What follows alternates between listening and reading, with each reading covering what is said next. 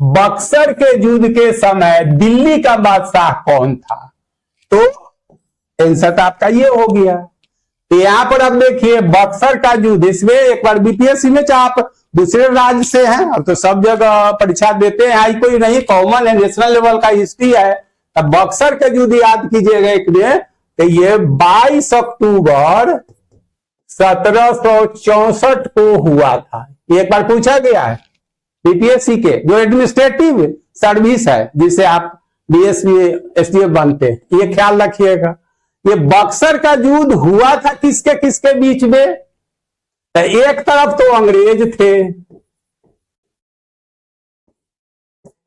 अंग्रेज, इसका नेतृत्व जो कर रहा था, सबको सने बोल रहे हैं हम, हेक्टर मुनरो, केवल सुनिएगा, सारा आंसर है, ये कर रहा था। और इधर जो ये दिल्ली का बादशाह, इसमें और कुछ बोलेंगे, शाह आलम द्वितीय, शाह आलम प्रथम भी है तो चर्चा करेंगे, शाह आलम द्वितीय, ये अवध का नवाब सिराजुद्दौला, ध्यान से सुनिएगा, सिराजुद्दौला नहीं, पलासी का युद्ध जो हुआ सिराजुद्दौला, ये है अवध का नवाब सिराजुद्दौला, ये सब मिलेगा दूसरे जगह। और प्लस जो है बंगाल का नवाब जो है मीर कासिम है, मीर जाफर का नाम सुने होंगे, वही सिराजुद्दौला का सेनापति था। तो थोड़ा और सुन लीजिए, तो इतिहास जब स्टैंडर्ड जो लोग यूपीएससी पीसीएस देते हैं जिसका ऑप्शनल है, तो इतिहास में पलासी को युद्ध की संज्ञा नहीं दी जाती है। ये सब घबराइएगा नहीं, जिनको लिखित परीक्षा देना है यूपीएससी जिनका इतिहास है उनके लिए है। तो पलासी की जो घटना होती है 23 जून 1757 को, तो उस समय एक तरफ कौन होते हैं? अंग्रेज, दूसरे तरफ बंगाल के नवाब होते हैं। पलासी कौन है? बंगाल में स्थान है। तो जो युद्ध होती है तो एक तरफ बंगाल का नवाब कौन है? सिराजुद्दौला, सिराजुद्दौला, उसी का सेनापति मीर जाफर है। तो मिल जाता अंग्रेजों से हमको बना दीजिएगा, धोखा दे देता है।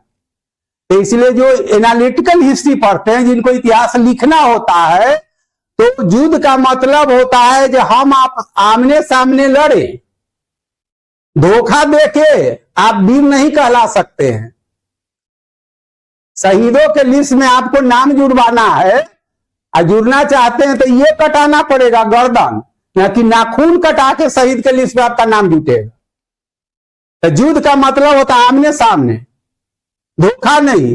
तो मिल गया था मीर जाफर जो मेरे सेनापति था सिराजुद्दौला का, तो उसको युद्ध की। तो इतिहास में इतिहासकार जो है से पलासी के युद्ध को पलासी के युद्ध की संज्ञा नहीं देते हैं, उसको एक स्किडमिच कहता है, एक झड़प दिखा दिए कि हम आप लड़े हुए हैं, जान के पराजित हो गए, जिसको अभी क्रिकेट में कहते हैं मैच फिक्सिंग।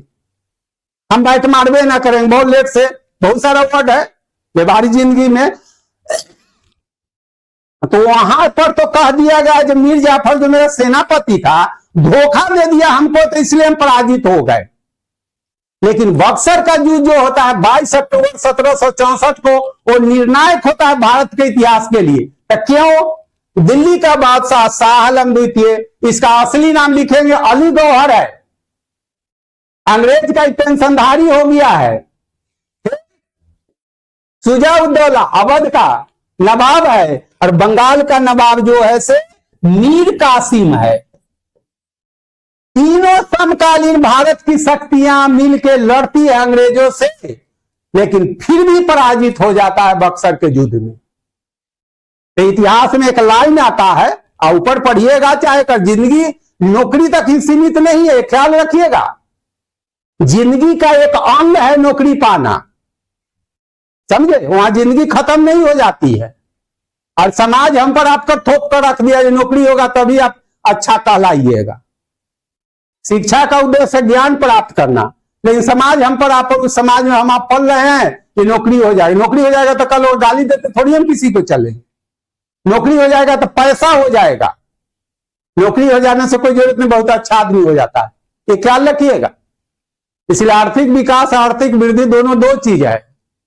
तो पैसा होने से आप धनी कहला जाते हैं, धनी कहां कहलाते? उस समाज में जहां पर आपसे लोग आर्थिक रूप से पिछड़ा हुआ है।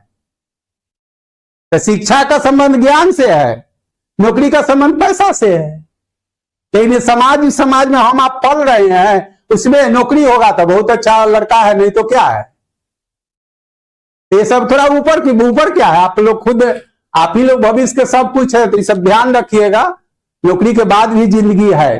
तो यहां पर इतिहास में ही एक इतिहासकार लाइन कहता है कि बक्सर के युद्ध केवल यह सिद्ध नहीं किया कि भारत में शासन कौन नहीं करेगा, कौन करेगा, यह स्पष्ट कर दिया भारत में शासन कौन नहीं करेगा। भारत में प्लासी के युद्ध में तो आपने दे दिया कि हमको मेरा सेनापति धोखा दे दिया, हम पराजित हो गए।